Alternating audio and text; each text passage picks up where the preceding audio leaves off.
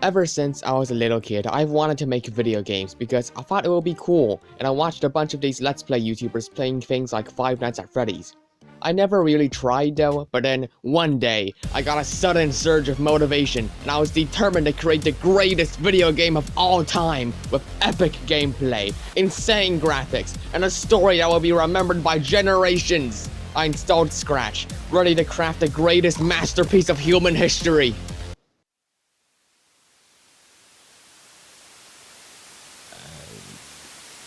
Okay, maybe not today. 2,000 years later. Okay, I'm back, and recently I've been getting really interested in 3D stuff, and my Blender skills have improved. So I thought, hey, why not finally make a game? Can't be that hard. Look at all these guys making games in 24 hours. I am totally not severely underestimating game dev. So the plan was to first find the perfect game engine that was more powerful than Scratch, and then think of the rest of the plan later because I'm impatient. I began my long search, and I tried a whole bunch of different game engines. I tried Unreal Engine, which has a lot of advanced features, and it was definitely overkill, so I was kind of worried about the file size. I thought, it can't be that bad, right? But then I searched it on Google, and found out it was 115 gigabytes! Oh hell no! Yeah, I don't think I could download that, so I downloaded an older version. Okay, I got Unreal Engine. Guess I just opened it up, and...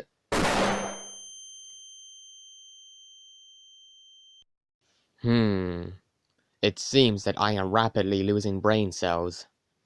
Unreal Engine liquefied my brain and brought my PC to the brink of combusting, so I had to try a different engine. Eventually, I found this game engine called Godot, and all of those problems disappeared. Everything was easy to understand, the UI looked nice, the whole engine was only 103 megabytes. Like, that is crazy. 103 megabytes. Have you seen the stuff Godot can do? All this. 103 megabytes. Like, what the heck, Unreal? Alright, now that I have the game engine, I can start thinking about the second part of the plan. I've watched game dev videos before, and I know that I probably shouldn't be making a whole open-world action-adventure game as a beginner, who barely knows how game dev works and only a bit of programming knowledge. A horror game sounded cool, but I feel like everybody was making a horror game, and I wanted to be unique. Maybe a FNAF fan game? That could be fun, but I would probably just end up with a worse version of FNAF 1. Wait, if I remember correctly, I've written a whole bunch of game ideas a while ago. I went digging around my computer and I actually found a file where I wrote all of those game ideas. Let's open it up and see what past Roy was thinking. Okay, so here I go coming up with game ideas, I guess. Well, horror games use the screams from the Absolute Solver tunnel chase scene in Murder Drones EP7. Here's a little fun fact for you guys. I actually wrote this entire script and got all the footage like months ago. But then the new Murder Drones episodes came out and that became my new obsession for the next several days and months. So I'm just now remembering that I actually made this video. Yeah. Okay, first game. The ultimate platformer. So you are a person who just received one of Elon Musk's brain chips, Neuralink. But, there's just a slight problem. Your brain chip got hacked, and now you're hallucinating like you just took 10 pounds of LSD. And now you're tripping balls. You wake up in the most insane platformer game you have ever played, and you're challenged by the platformer god. Good luck, lol. It's pretty much like a crazy version of ransomware. You get two options. 1, pay up the money and stop hallucinating, or 2, beat the game and stop hallucinating. Haunted life. You're a person who doesn't make much money, but you need a place to live. So you rent a supposedly haunted hotel that nobody wants to live in. Turns out, it actually is haunted, and now you gotta live with a ghost.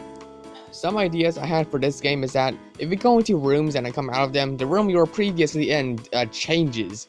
And it's like, the back room, sorta. The house structure constantly changes. You're like, I don't know, get teleported to France or something like that. Creator's Descent. This one I actually think is pretty good.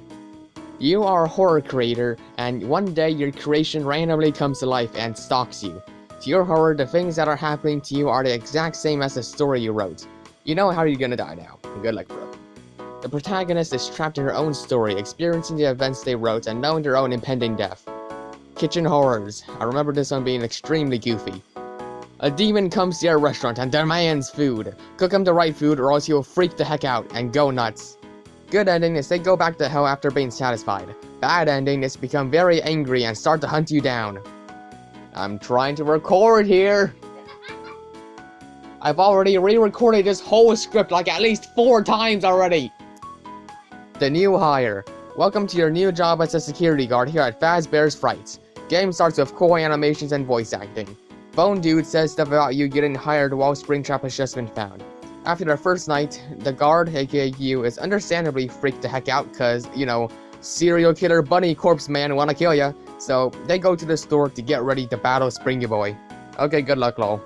Yeah, I remember this being extremely cool and stuff, in my head at least. I wanted there to be animations, but I suck at animating. And I wanted there to be voice acting, but I'm broke and I can't afford to pay for voice actors. All I got is me, myself, and I. After reading all of that, I decided that the ideas were maybe a bit too big and I didn't want to end up frustrated if I couldn't manage to finish them. I knew I could come up with something, I just needed a little inspiration. After lots of thought, my brain came up with... Giant boss battle with waffles. Yeah, I don't know either. In the game, the player would start in the kitchen and then they would pick up a waffle and microwave it. Microwaving the waffle causes it to turn soggy and this angers the waffle god, so they challenge the player to a fight to the death. So I got to work making all of the models for the game in Blender. I started with the giant waffle that the player would be fighting. It was pretty easy to make. Just a waffle with eyes, a mouth, and then arms with poorly made fingers. After that, I started modeling the kitchen, which has our basic kitchen stuff. Walls, a fridge, counters, and a sink. Oh, the stove isn't plugged in? It's Bluetooth, don't worry. I also made a microwave that can open and close. I imported the assets into Godot and added collision to everything so the player doesn't fall into the endless void beneath them. I copied and modified some movement code and then I added a simple pause menu. The player can't interact with anything, so I searched around Google for tutorial about interaction. Everything was smooth sailing. Until it wasn't. A lot went wrong, like the pause menu refusing to function, the buttons not being centered, and the interaction system not working, and so many goddamn code errors. I'm starting to remember why I stopped using Python all those years ago. You want me to run this code? Ha! No! Eventually though, I managed to fix all of these issues except the pause menu not being centered. I'll probably get to fixing that later, unless I forget. I think the most frustrating thing was the interaction system.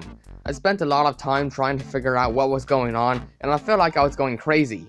I'm not crazy though. Or at least that's what the voices are telling me. Upload more videos. I need to get to work on that worker drone model. What if people don't like this video? It's so goddamn cold in here. What am I gonna eat for dinner? Typology. I later figured out that the problem was a single node not being parented to the camera. I added this when I was barely staying awake, and I guess I just didn't realize that I hadn't parented this node.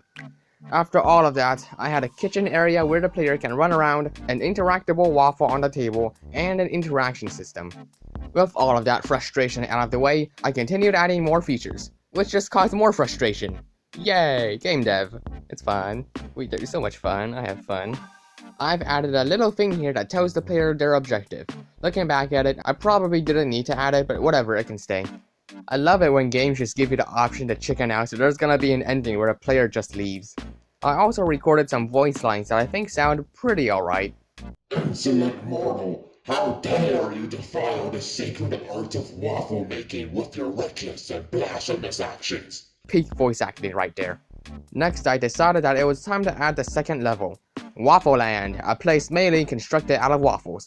At the end of this level and all of the other levels is the interdimensional waffle platform transportation system. Patent pending. Try saying that 5 times faster.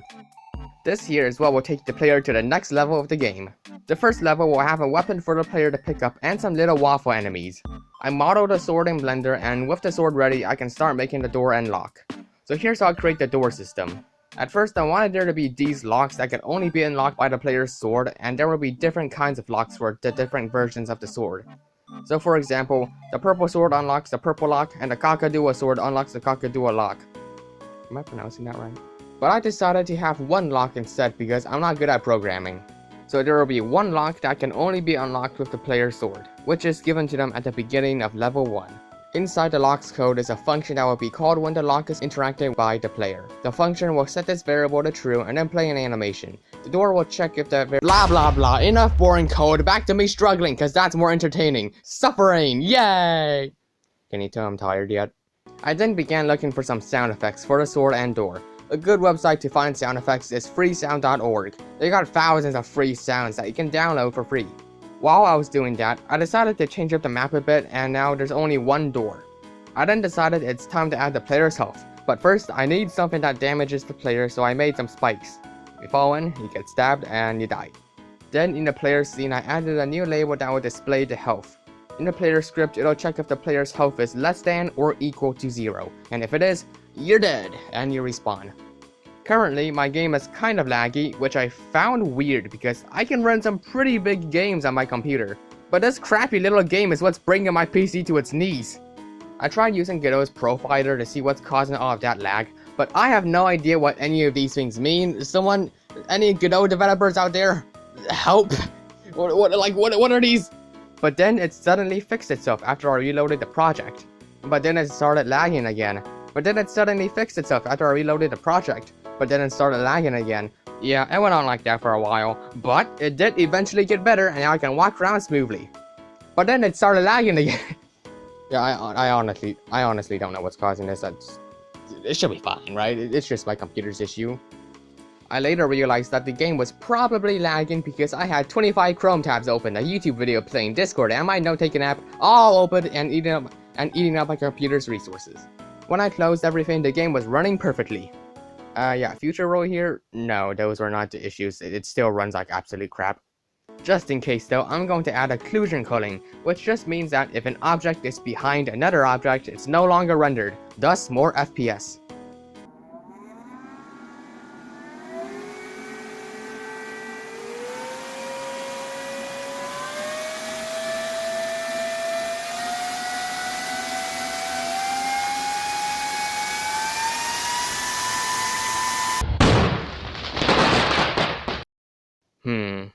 There seems to be a problem. I still have crappy FPS. Okay, so apparently you should have culling in mind while designing levels. And that means having things like walls to block the player's vision for the culling to actually work.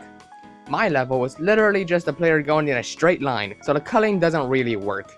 Alright, fine then, no culling. Let's just hope my PC can run this without it. Spoiler alert, no it cannot. Okay, I'm pretty tired now, so I think, oh hey, looks like there's a new Godot update. I'll just give it a try and oh my god, the lag! I think I'll just stick with my current version.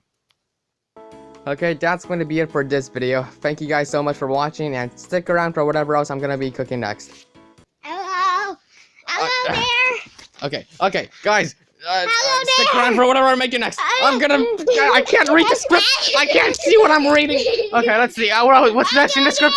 Thank you guys so much for watching. And like and subscribe if you want to see more. Let's see what's next. If you enjoyed what I do, consider supporting me on Kofi. Consider supporting me on Kofi, please. I promise it's eating me alive. What's next? If you even if it's a small amount, it helps me out a lot, and I really appreciate it.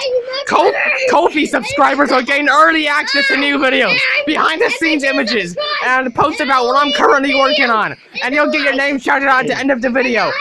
Anyways, I hope you enjoy the rest of your day. I'm not. See ya.